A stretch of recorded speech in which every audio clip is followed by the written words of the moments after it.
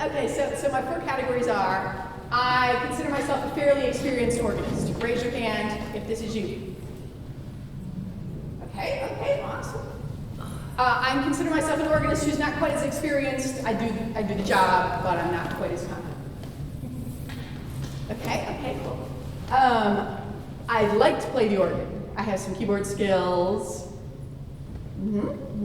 And I'm in charge of music, and I'd like to find someone else to play the organ. Yeah, that's okay. Oh, that's awesome. Is there anyone else who is like, I'm not in any of those categories? You missed a category. What's your category? Son of an organist. Oh, I'm the dad of an organist. Well, welcome. Organ lovers are also very welcome. Okay. Is the mic supposed to be on? It's on. It's on. Oh, so I don't hear anything. It's just for the recording, is that? Yeah. Okay. Well, hopefully I'm talking into it correctly. Okay, well, welcome everybody. I'm so excited that we have such a great group here. I said before, I came to these organ workshops for years, and it's a little intimidating that I'm the one sitting up here now with all the wisdom to share. But I hope that we can learn some things, share some tips. In the app is my handout, which has an outline and has some resources listed. If you can't find that, I have a few paper copies here, which you're happy to just ask me, raise your hand if you need one. So who I am, my name is Rhonda Edgington. I teach organ here at Calvin. This is my third or fourth year teaching organ here.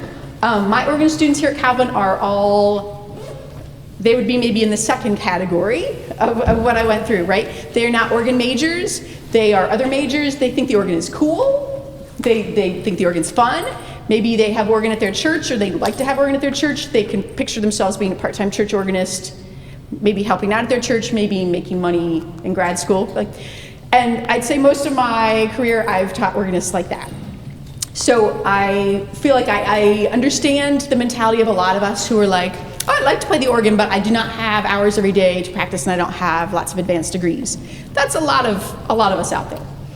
I'm also a church musician. I direct the choir and play the organ at Hope Church in Holland, which is RCA.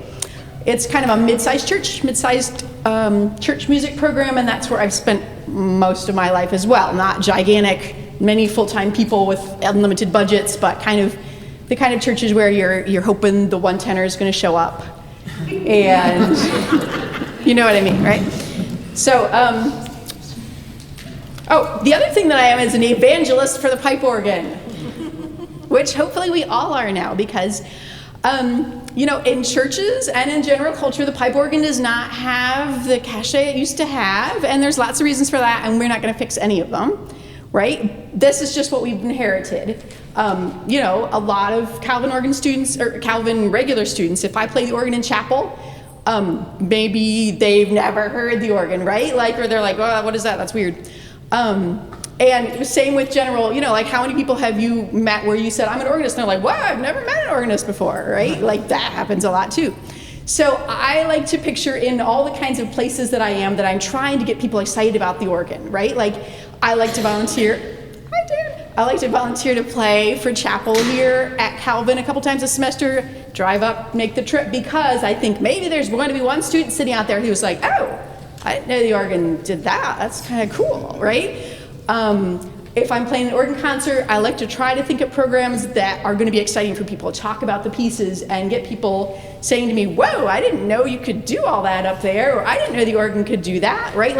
I think all these kinds of places are the places where we're trying to make friends for the organ. And when someone says to me, I don't like the organ, I think, you don't know the organ, right? You've never actually heard a good organ, or an organist who has some training, or you've had a 1950 Allen organ that sounds really bad, right? So I think a lot of times people have these preconceived ideas of what organ music is, what the organ sounds like, and it's our opportunity all the time to just maybe you're not gonna blow their mind, but maybe you're gonna have them say, oh, maybe the organ is a little different than I thought it was, right? So that's our opportunity all the time. Whew. Okay, so If you're one of those folks who's like, I'd like to learn to play the organ, or I'd like some people in my congregation to play the organ, or I'd like to find an organist, the first thing I say is, you will not break the organ, right? Like there used to be that thing where every organ had a roll top and you had to like get the key from the right person, and we might not let unapproved people play, and there's still churches like that. That's baloney. Anybody that wants to put their hands on the organ, you need to let them, right? Because if a kid comes up to you after the service and they're like, can I touch? You say yes, and then you show them all the fun sounds that you have. Because, right, like we want everybody who wants to play the organ to play the organ. One of my church jobs, the director of music had little girls, and they would come up after the service, they'd watch me play the postlude, and then they'd want to sit on the bench and push the little button that did the Zumbuchstern, right? The little tingly bells, and of course I let them do that all the time.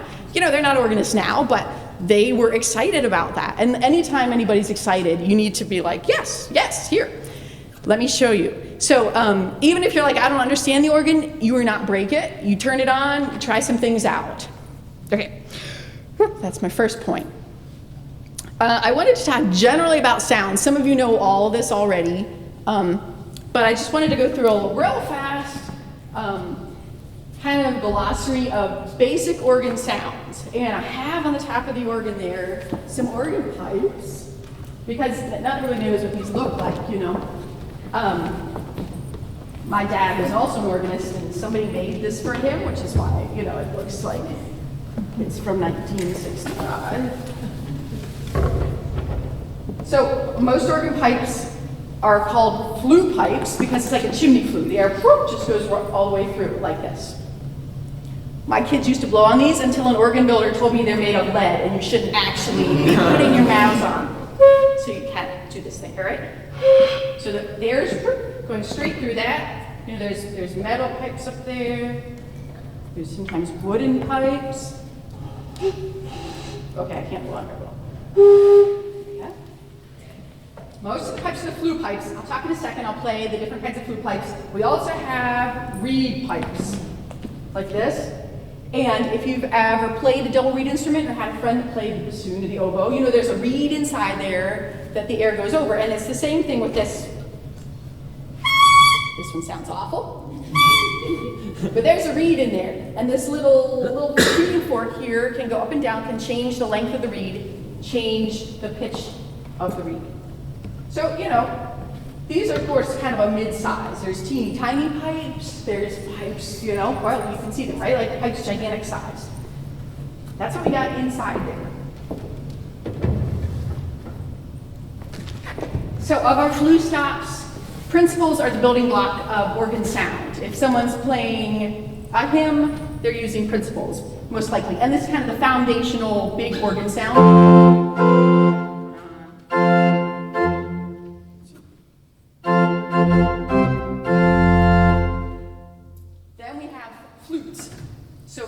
A little bit airier, a different flutier sound, I say.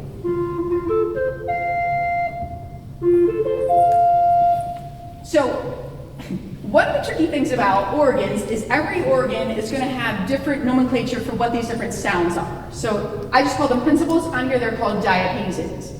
This can seem complicated if you don't know a lot about organs. But you basically have to use your ears, right? If you're like, I've never seen that name before, I don't know what that is, you just pull it out and you listen to it and you'll get a clue. Like, I show up at organs and I'm like, what is that? So here we have a reed, a quiet reed, here's a loud reed, a trumpet. You get reeds in the pedal. Smaller reeds. And then there's stops that kind of play with the overtone series. There are series of thirds and fifths up high at the top of the organ. And you don't hear that with your ear. If I put on one of these stops, all you hear is brightness. So combining organ sounds is all about a kind of a recipe. You're combining things. And we take like the low sounds, we add a higher sound to that. And our ear doesn't hear, oh, I just put on 3 different octaves there. It just hears that's bigger, that's bright. So there's numbers on the stops that tell you which octave we're at. And I think that's all I'm going to say about that, because some of you know that a lot, and the rest of you who don't know, there's like tons I can say about that. So I'm ready to put my sheet. Oh, here's my sheet. Okay, so those are organ sounds. And, I should have taken the mic with me, whoops. What I think is exciting about the organ is that we're creating things every time we're sitting down at an organ, especially when we're going to an organ, right? Like we're looking at, it's kind of like those celebrity chef kinds of shows where they're like, you have an onion, and right, like you sit down and you're like, oh, okay, this is what I have to work with here. So I think some people think that that's a drag, and Cameron Carpenter has that famous quote about like he had to build his own organ because he would show up and they didn't have the sounds he wanted. Whatever, but I think that's the fun of playing the organ. You show up and you don't know what the sounds are going to be, and you have to make it work. Sometimes, as I was saying earlier, the organ that you might have heard at the last Vespers is not my favorite instrument. It's got some funky, maybe ugly sounds, but I thought what James Abingdon did with them was really kind of exciting. He combined them in a way that I hadn't heard before, and that got me kind of interested. I was like, I need to go look at that organ again. So, even if you're playing an organ that doesn't have the collection of sounds that you really like, I bet if you mess around, you could find some sounds that are more interesting or less odious, or more what you're looking for. And sometimes having the sounds in your ear, like playing some different organs and be like, oh, I really like that. Sometimes you can come back to your instrument then and kind of recreate a little bit of those kinds of sounds. Okay, said I would talk about feet. So if you're one of those people who doesn't play a lot of organ or wants to play organ or wants to find somebody to play the organ, the pedals are always the problem, right? Because we're like, I don't play with my feet. And so there's a couple things. Yes, it's hard. Yes, it's hard to start playing with your feet, right? When I started taking organ lessons at like age 16, I hated the pedals. And I thought I would never get better at them. It takes time. I will say that there's a lot of books out there now for kind of beginner organists that are fun pieces to play that have really basic pedal lines. It used to be, it was kind of like, oh, you can't play pedals here, take these really boring little weenie pieces until you actually get good at playing the pedals. And now there's a lot of pieces, Wayne Leopold especially publishes a lot of great beginner books where you can play some respectable sounding pieces that have like 2 notes in the pedal, kind of like a 1 and a 5. You can also kind of make that up yourself if you're playing. So I know pianists that got a church job, right? Because they wanted to earn some money and there was nobody who else wanted to play at this church. And they would do like 1 and 5 in the pedal on the hymns until they got the feel of it, right? Like the pedal doesn't have to be an all or nothing thing. You don't have to be like, I don't know how to play with my feet, so forget that. You can try it out. You can play a couple notes. You can try to find your way around there. I have organ shoes, as you may have seen. Lots of experienced organists get organ shoes. It's also not a deal breaker. If you're like, I do not have $60 to spend on organ shoes, it's okay. People play in their socks. People find another pair of shoes that does the trick. You do not want to play in sneakers. You do not want to play in boots, right? But there's a lot of other shoes that will work. So, if I have a student that signs up for organ lessons and they're kind of like, nah, I don't know about this organ thing, I do not say, first off the bat, go buy $60 organ shoes that you're never going to use after this semester, because that might be the deal breaker, right? And I don't want to turn people off to the organ, right? I'm the organ evangelist. So that's what I get to say about organ shoes. Okay, so I have a couple scenarios I'm going to go through that I hope are helpful for folks. The first one is, if we have an organ and nobody's playing it, what can we do? People call me up as an organ teacher and they say, oh, we need an organist at our church and I'm hoping you can forward one of your many organ students to us who would like to have a church job. And I'm like, hello, those people don't exist. And maybe you've gotten these calls too, right? Like there are not long lines of organ students who are wanting to take organ jobs, right? Like those people, they existed in 1980, they don't exist now. My number one suggestion is grow your own organist. And nobody wants to hear this because it sounds like more work than they were hoping, right? But there's lots of ways we can do this. Things like the AGO, the American Guild of Organists, lots of chapters have scholarships for organ lessons, right? You could reach out to the AGO and say, hey, do you have a scholarship for organ lessons? Then you have a little bit of money in your pocket to work with, right? Then you need to survey the available folks, right? Sometimes there's someone that plays the piano who, with a little arm twisting, might be interested in learning to play the organ.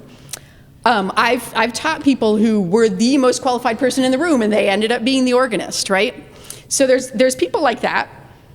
Sometimes you could find maybe a retired person that wants a new hobby, maybe a youth that's interested in music and kind of curious, like you, right?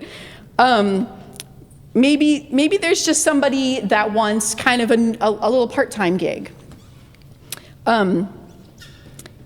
Sometimes your denomination, or maybe somebody in your congregation, sometimes you can find somebody willing to pitch in some money to help with the organ lessons. Like if you tell your student, can you pay 50% of the organ lessons, and I have, whoever over here who loves the organ and hasn't heard it in my congregation, and is willing to help out here. Sometimes you need to get creative with this, right?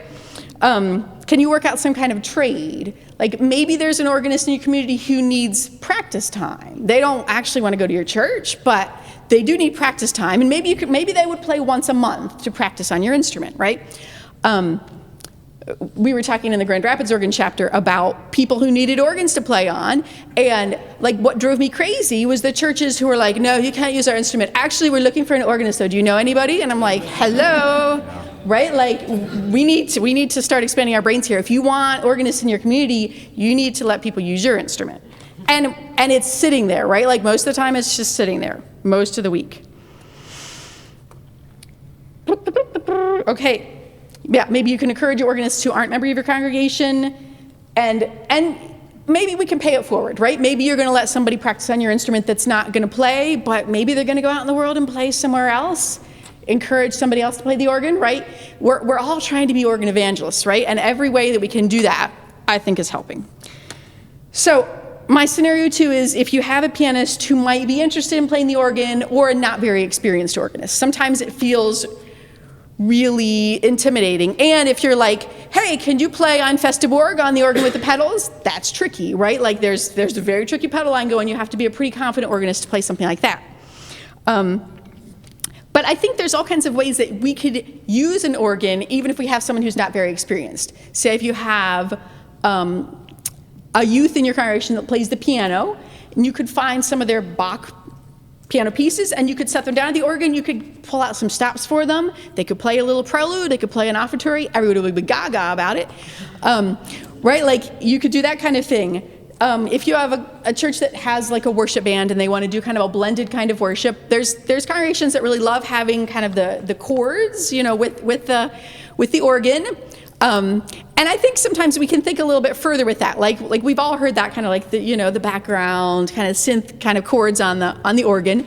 The organ could put on an oboe stop or a trumpet stop and play the melody of the praise tune, or the organ could play the intro to the praise tune. I think we tend to get kind of in one little box about how we could use the organ with the worship band, and I think we could expand that some more if the worship folks are interested in being like, could we use the organ in a different kind of way? If you had 2 pianists, maybe you could set them both at the organ, and one could play the pedal on a different manual, or the pedal with their feet, but if they didn't have to play anything else, right? I obviously came up with a bunch of crazy ideas here on my list. Another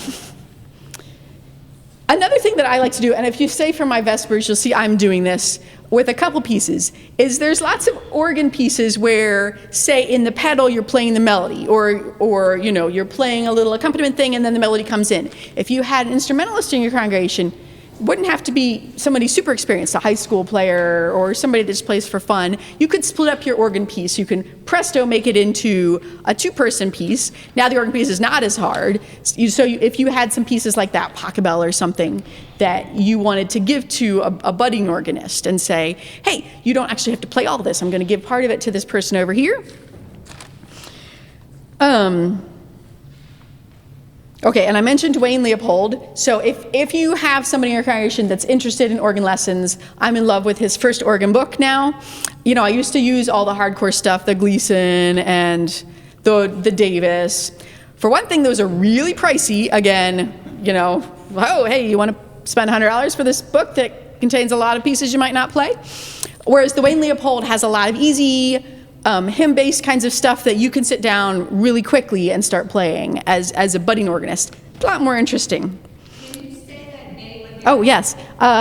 It's Wayne Leopold. It should be in the handout, which is on the app, and I also have it over here. Who publishes that? So Wayne Leopold is the publisher.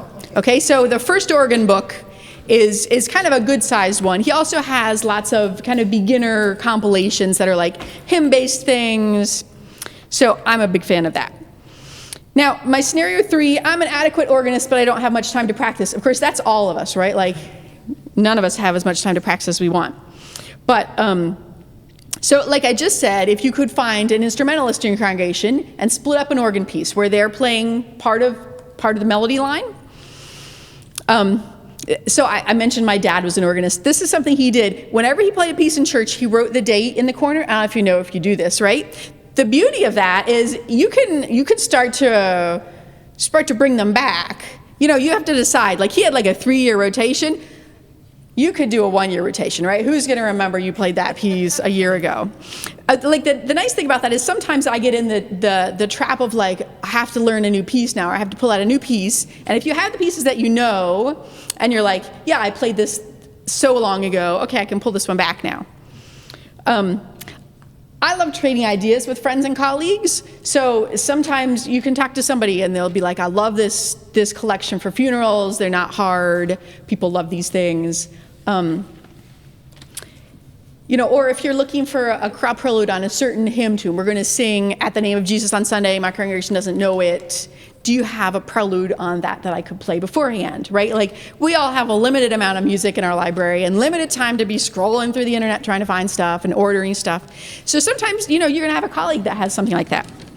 So another reason that I think it's fun to be able to go to other people's services, of course, we're all busy Sunday morning if we have a church job, but sometimes you can go to like a Saturday night mass at the cathedral, or you could go to a church that has a Sunday evening service if you don't. And hearing what other organists do is sometimes really helpful, really instructive. Maybe they're going to play a piece that you didn't know, or maybe you're going to get inspired. Oh, they're really good at that thing that I'm not good at. Maybe I might want to look into that.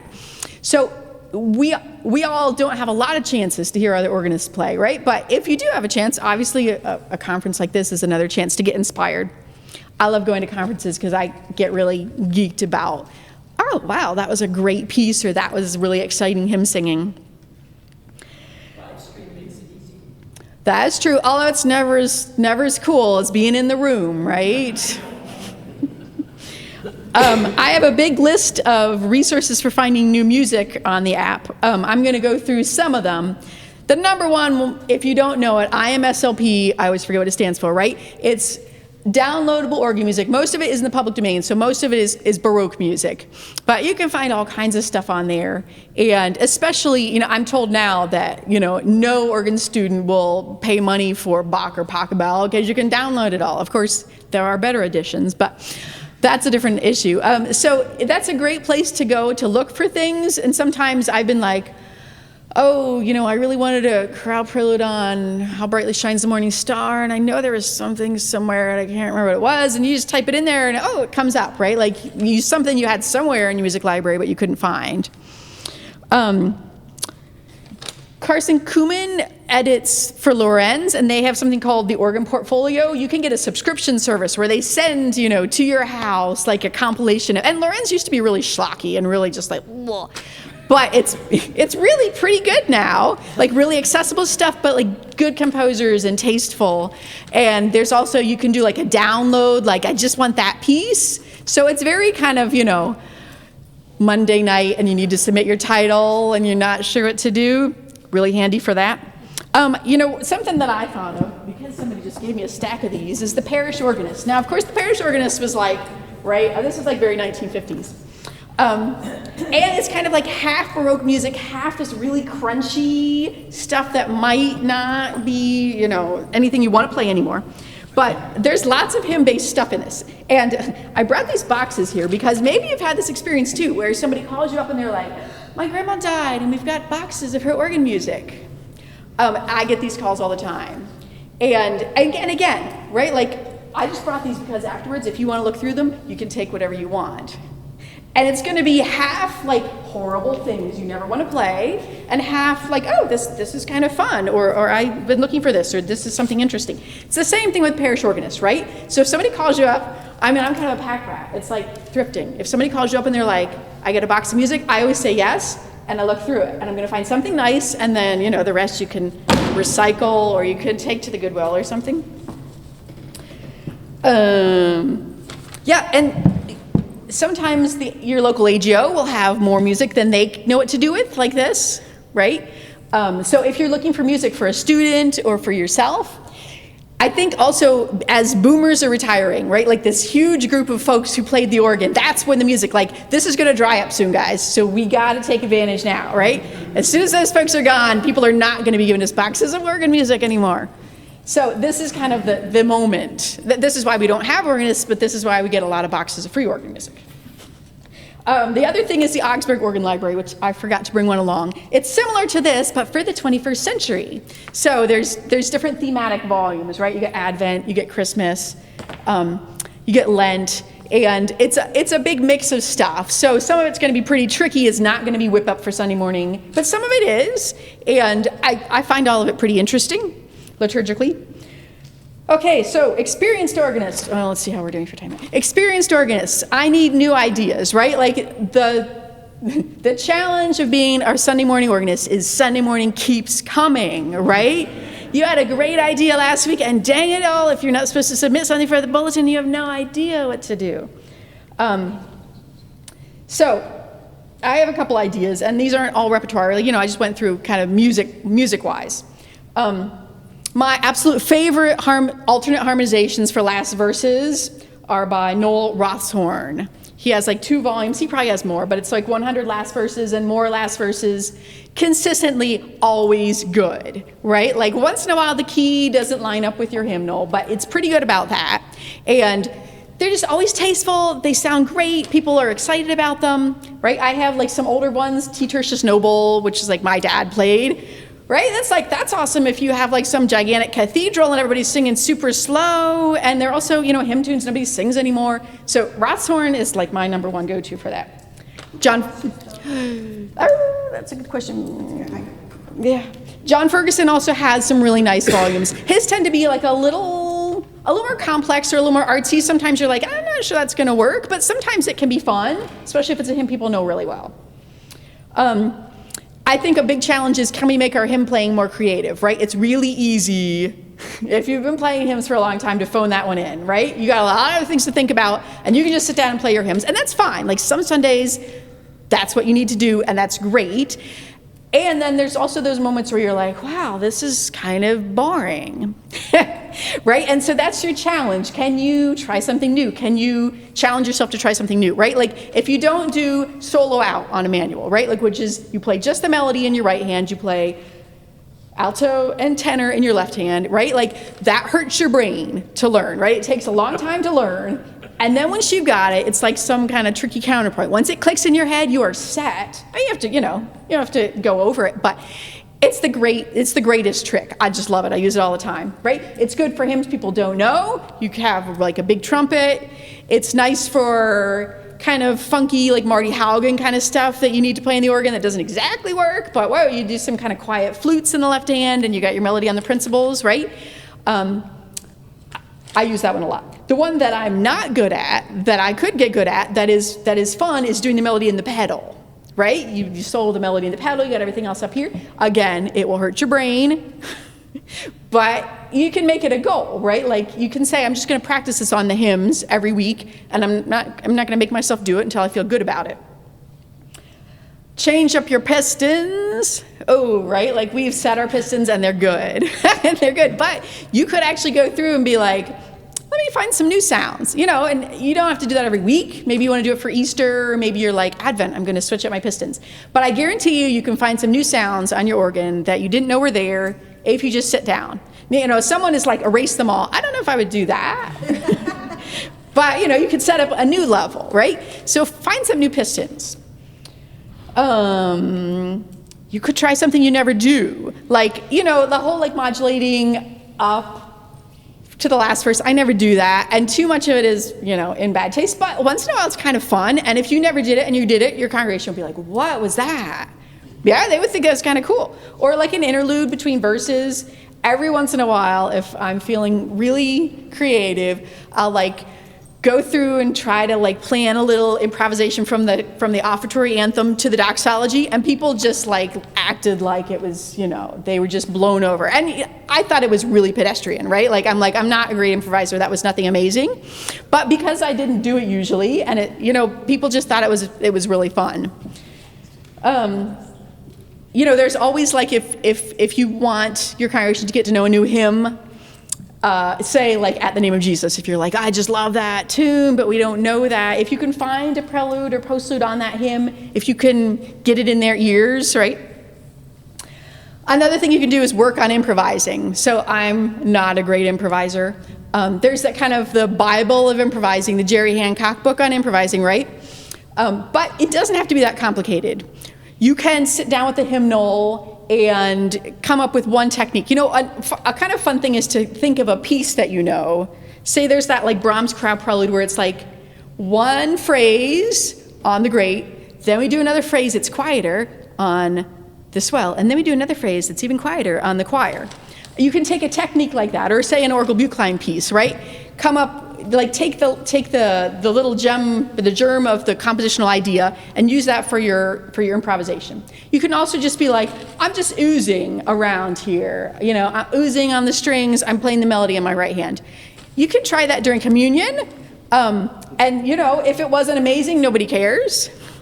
But improvising is all about practicing, making a plan, and then just trying it, right? And I think, if we're not jazz players, we don't, I hate making mistakes, right? That's why I don't like to improvise, but this is what it's about. It's about trying something out. You kind of need to have a plan, right? You need to practice your plan, but then you just get up there and you're okay, if I'm gonna ooze around on sixth in my left hand, and I'm gonna play the melody, that's not rocket science. You could do that.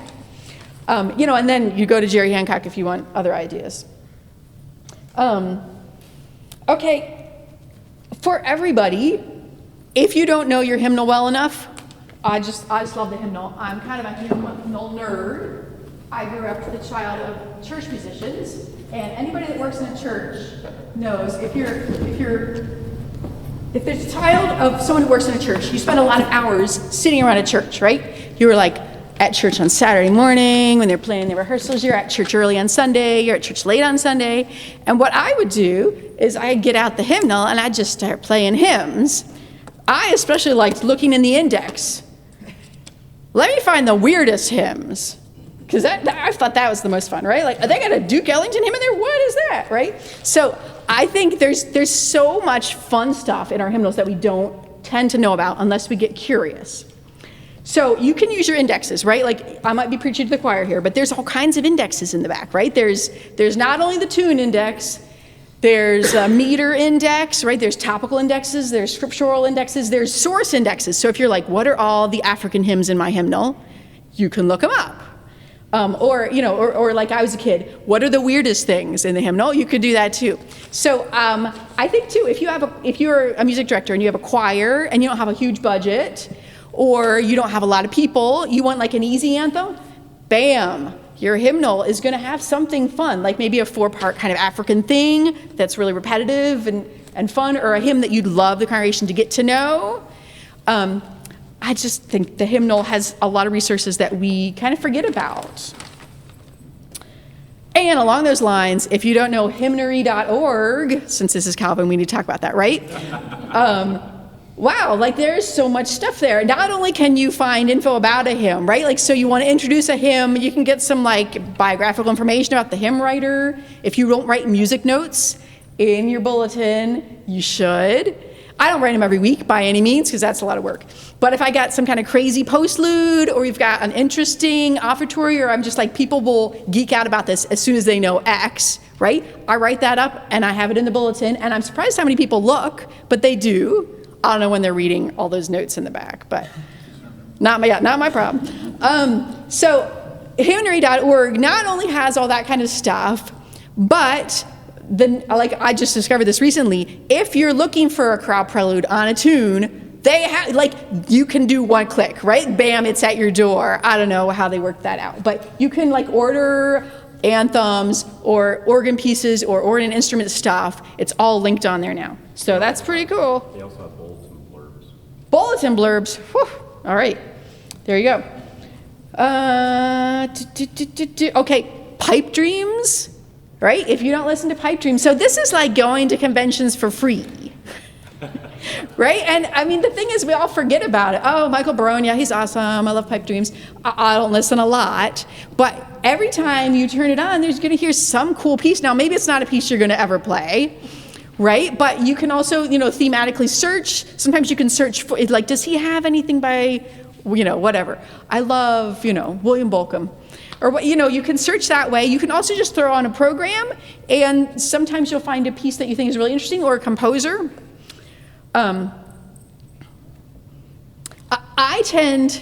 I find a lot of organ music by the kind of like rabbit hole method, whereby I hear a piece, maybe I was at the symphony and they played a piece by this cool young composer and I'm like, oh, does she write anything for organ? So, then you have to go check out her site. Maybe she doesn't write anything for organ, but maybe somebody else mentions some other thing. Like I found a lot of really interesting contemporary repertoire that I like a lot by doing that kind of sleuthing around. And it wasn't something that I heard at a convention necessarily. It was just something that I got interested about. So, we all have limited amounts of time for endless sleuthing, but sometimes it can be a fun diversion. Or, you can find some kind of music that you're interested in. Say if you heard a piece, you heard like a string quartet by a composer you really liked. Well, maybe just go look, just see, if there's, and I think especially music for organ and instruments, I'm consistently pulling out these pieces and going to, players who are like educated players, and I'm like, wow, have you heard this piece for organ and horn? They've never heard it, right? Like it stays in the organ ghetto if it's written by organists, right? And so, but we have all this amazing repertoire, like Reinberger has like this organ quartet, like organ and strings, and then there's the Reinberger organ and oboe, right? Like there's just lots of really neat repertoire out there if you want to find stuff. Now, if you want tips for organ playing, and this is for any level, the AGO educational website has all these videos. It's from basics to advanced. Like they'll tell you how far to put your bench, right? Like, and how to sit and what the basic organ stops are. So this is amazing if you have one of these people in your congregation that maybe is interested in the organ. But then there's all kinds of like master classes by super famous organists who are talking about really specific practice techniques and him playing by Tom Traney, or like really professional stuff too. That's at agohq.org, educational, blah, blah, blah. So I have it on my handout. But, during the pandemic when I couldn't have organ lessons with my students, we would watch some of those videos. And there's lots of really interesting ones on there. So, let's see. What time is this supposed to end? 2:45. I guess we have more time. I don't think you have to be a member to do the videos. Like there's certain things, like job placement, you have to be a member. But those videos, I think they're just like, hey, everybody, they're on YouTube. Yeah, it's probably like AGO, whatever on YouTube. Yeah, there's all kinds of different ones, and I think they're really helpful, and just kind of the gauntlet of abilities and kind of topics, kind of all listed by topics. I'll take some more questions. Are there more questions? Yes. Have you actually had success in mixing the organ with the band? Because our organ is tuned way below what the band would be. Interesting. Yeah, it's funny. So my Vespers, I'm playing with a clarinet player, and he was just complaining, oh my gosh, the organ is so, I don't know if it was low or whatever, right? Like, yeah, we can't do a lot about that unless you have one of those transposer buttons, right? I know congregations that do it. I haven't been in congregations that have. Maybe someone else can speak to this. Well, we don't use a praise band. We use more like a combo with piano, string bass, and a C instrument. And then I add the organ kind of as a synthesizer with it. So you don't have issues with tuning with them? No. Yeah, it might depend on the instrument a bit, right? That's a bummer. You just got to transpose everything. How much of a process is it to bring it up to 440? I mean, I think that's Depends a on how far it huge, is. yeah, I think that's probably a huge you expenditure. can tune the guitar down. Right? But then you have other problems. Capo. Well, Are other questions? Rhonda, Yes. you mentioned about encouraging people and variety, Yes. things that you do that are different. One of my organists, when I served at church, he said, Dan, if I have to play old hundreds, doxology another few more times, I'm going to lose my mind. Right. He's so sick of that particular thing. Uh-huh. And he came up with some alternatives for a season. Oh. Maybe there are some other things that someone can, additional things one can do for service music that's repeated. Right, right. That's so that the musician doesn't lose. Yes. Yes. So he was lucky in that he had a pastor like you, right? So sometimes, we'll have creative ideas and pastoral staff might or might not be interested, right? So that's kind of the challenge of I work with people right now who are super interested in whatever I have to, but I also have been in situations in the past where it's kind of like, oh no, we're going to do things this way. But yeah, that's a good point. Sometimes we all get in ruts, right? Like, and there could be a congregational rut that we've just always done it that way, but just because no one ever thought to ask the question, well, could we sing a different doxology setting, right? Or maybe there are different ways to play the whole hundred. that are Right? just Yeah. fun. Do it with the band.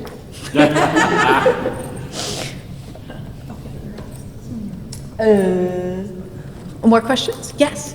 Our council passed a resolution that I'm a worship leader, I'm only allowed to play the organ once every 3 months. What? Okay. Because we're trying to be multicultural, we're in a changing neighborhood, and I can see, I try to, but just, what can I say to that? We Oh. have, of course, there's the older people in the congregation. Right. Every 3 months when I play the organ, they're like, oh, this is so wonderful. They're Nice thrilled. to do it." Right. Huh. Well, so the interesting, right, like I'm preaching to the choir here. The interesting presumption there is the organ can only play one kind of thing, right? Like we can't have the organ because that's old people music or that's not the vision. Well, there's like all kinds of black and brown people that are writing organ music and like all kinds of young folks who are writing organ music in all kinds of styles, right? Like, so, you could certainly say, hey, that praise band song that we're going to sing, I'd like to play a little organ version of it. Maybe you just make it up yourself, right? Like, depending on the piece and how hard it is to find something. There's kind of, I guess that's what comes to my mind first is that's kind of this like the organ is this kind of mentality, which is understandable. Some organists are like that. And we've all kind of heard that organ that's just one thing, right? But that doesn't necessarily have to be the case. If anyone has suggestions of particular pieces, I have spirituals, Uh-huh. but that's not really. In Christ Alone, Mary Ann Kim. Oh yeah, Mary Ann Kim. So if you all don't know Mary Ann Kim, she lives in Chicago. She's originally from Korea. She has like a jazz degree. She has very funky, fun jazz harmonies, but she almost all her stuff is just arrangements of hymns. There's like pretty traditional hymns and then there's more kind of contemporary hymns. I think she's published by Lorenz. And there's a book of all of his pieces at one of the music things. Who is that? Mark Miller. Oh, Mark Miller, yeah. Yep. Yeah, so that's tough. I'm sorry. I'm not doing anything right now, I'm on Oh, stage. right. Oh. Yeah, I think, we all have either been in the situations or have heard the stories, right? Like of that kind of whole worship wars and, maybe we've come out of that a bit, but I think there's still kind of an uneasy relationship in some churches with the organ and they feel like it's tied to something they don't want to be anymore, right?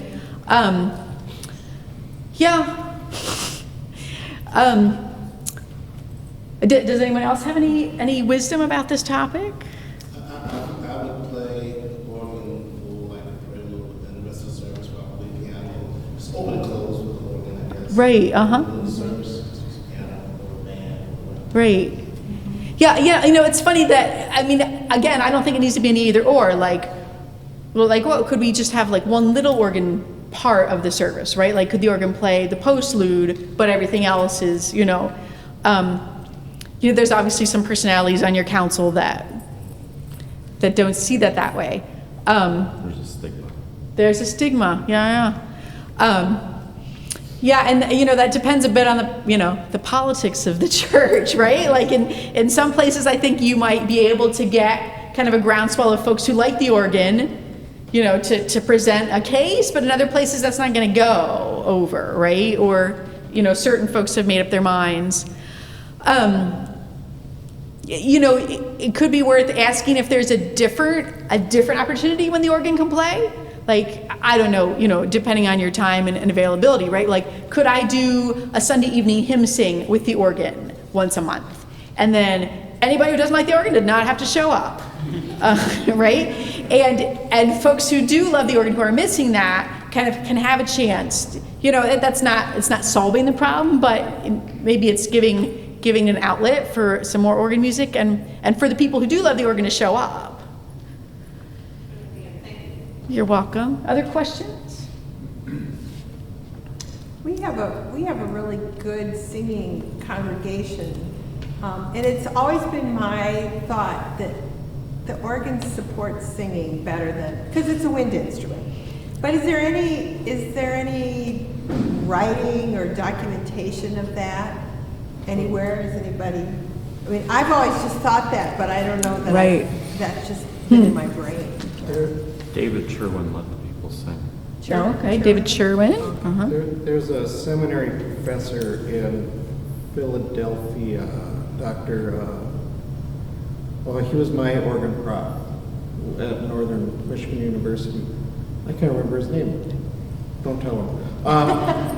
If you can find that one, he wrote an article when he had the organ restructured in the Cathedral of Minnesota, talking about how the organ mimics the voice. And that. John Ferguson does some of that too. John. Nathan Knutson, that's it. Yeah, I mean, so in a room with a good acoustic, right, the organ is kind of there in the room, right? But it's not over, of course this depends on the organist. You can have an organist that overpowers, but ideally the organ is like undergirding us, right? And in a good space you have that feeling like you're surrounded by not only yourself singing, but other people singing, and the organ is right, is kind of the platter on which you can all do that. I think and we can all think of situations we were in where we felt like it doesn't matter if I open my mouth right now or not, right? Like nobody would know, and I can't even hear myself. And that, I can think of kind of contemporary services where I felt that way, but I'm sure, you can think of too if you were like, if you had a blasting brass band and, a gigantic organ, sometimes it's kind of like, so that can be fun, but yeah, I like singing with the organ because there is that sense, right, of the foundation under us.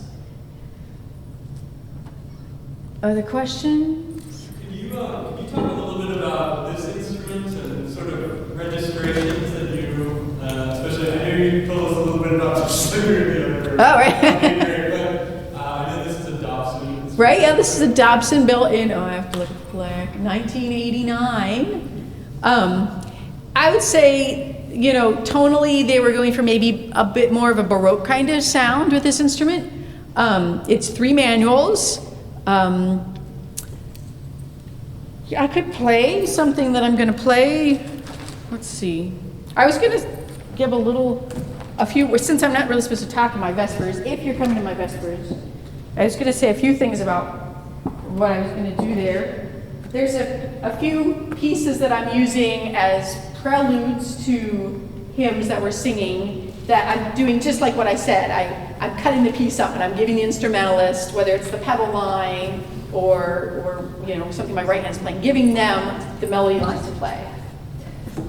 I also tried with this Vespers to combine pieces that I thought everybody would know and some ones that I love, but I thought that maybe weren't as well known.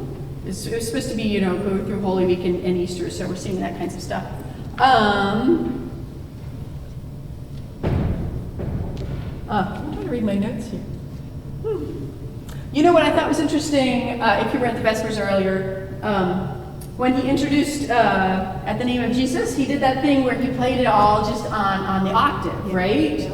And I always forget about that, but that's a great idea for a hymn that people don't necessarily know as well, right? If you just go right into the hymn, you know, some people might get confused by all those other voices, whereas if this one, if I'm just playing the tune, that's a lot easier to pick out. It's a lot easier to hear there. Yeah, let's see here, some sounds. So I'm playing that hymn that I just started there, Now the Green Blade Rises. I'm playing a setting by David Sherwin for a prelude where I'm using kind of some mutations and higher pitched things, which I think is kind of fun. So right, it starts here.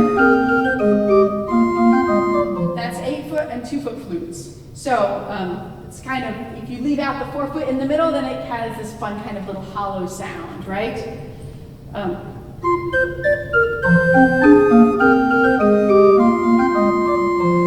So then, sorry, this is the 8 and 2-foot.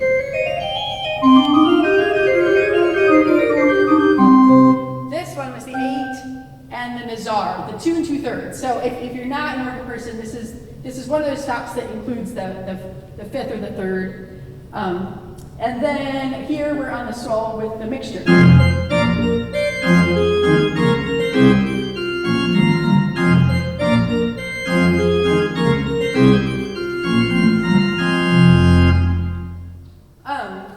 I think there's a lot of kind of bright, sparkly sounds in this instrument that I really enjoy.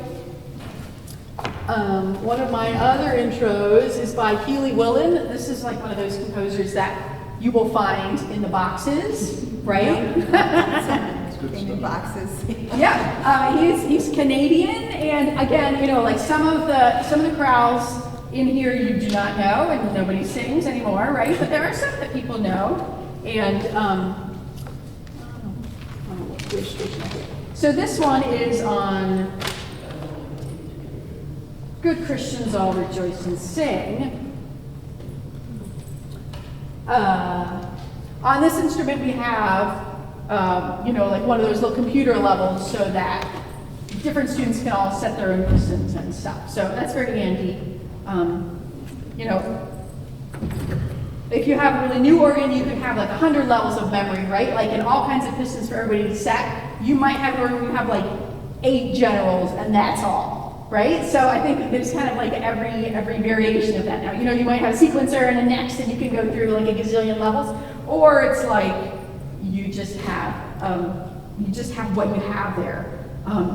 So I didn't grow up with sequencers, and so I like the practice of having to hit a certain piston in a certain place, like knowing that I can do that.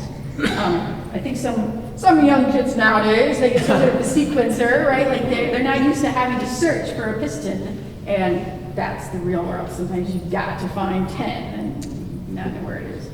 All right, so this is kind of a principal mixture kind of sound for this Healy Willen.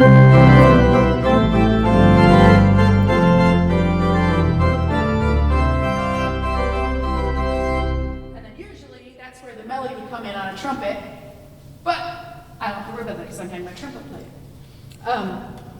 So let's see here. Oh, there's a very pretty Bach bell that I'm doing the intro to O Sacred Head, and I'm just doing this on the flutes on the choir.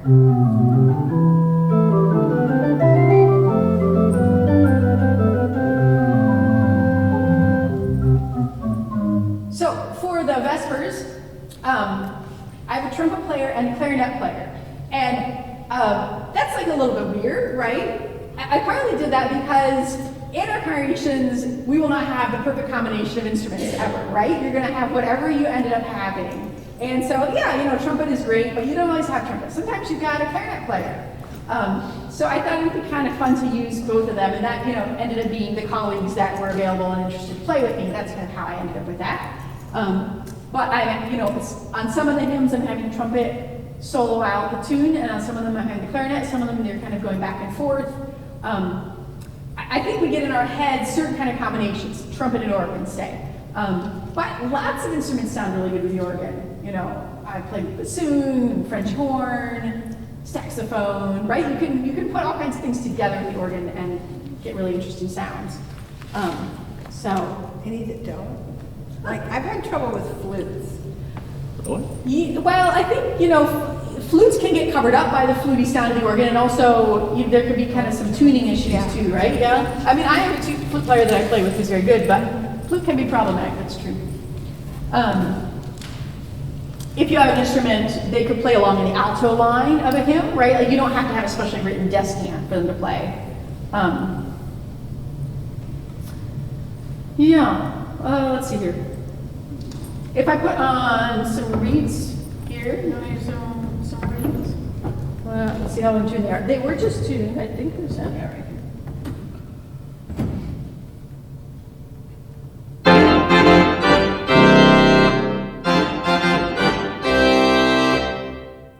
A little bit of oomph, but not with that kind of grating quality of the schlicker. Don't tell anybody I said that. We have a couple nice string sounds here on this instrument. I didn't talk about strings before. So they don't really sound like violins and violas, right? But the string stops on the organ, but it's just a different quality of sound than principals or flutes.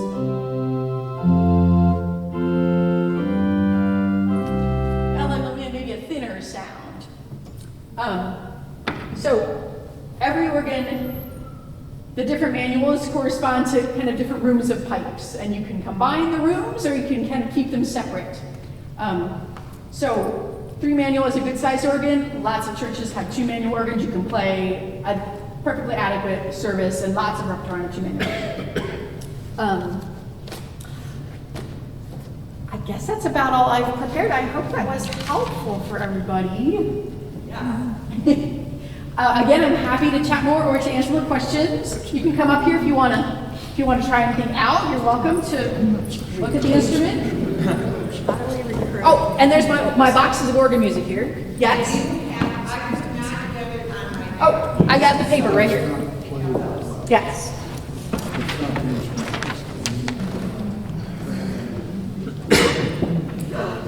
Well, thank you, everybody.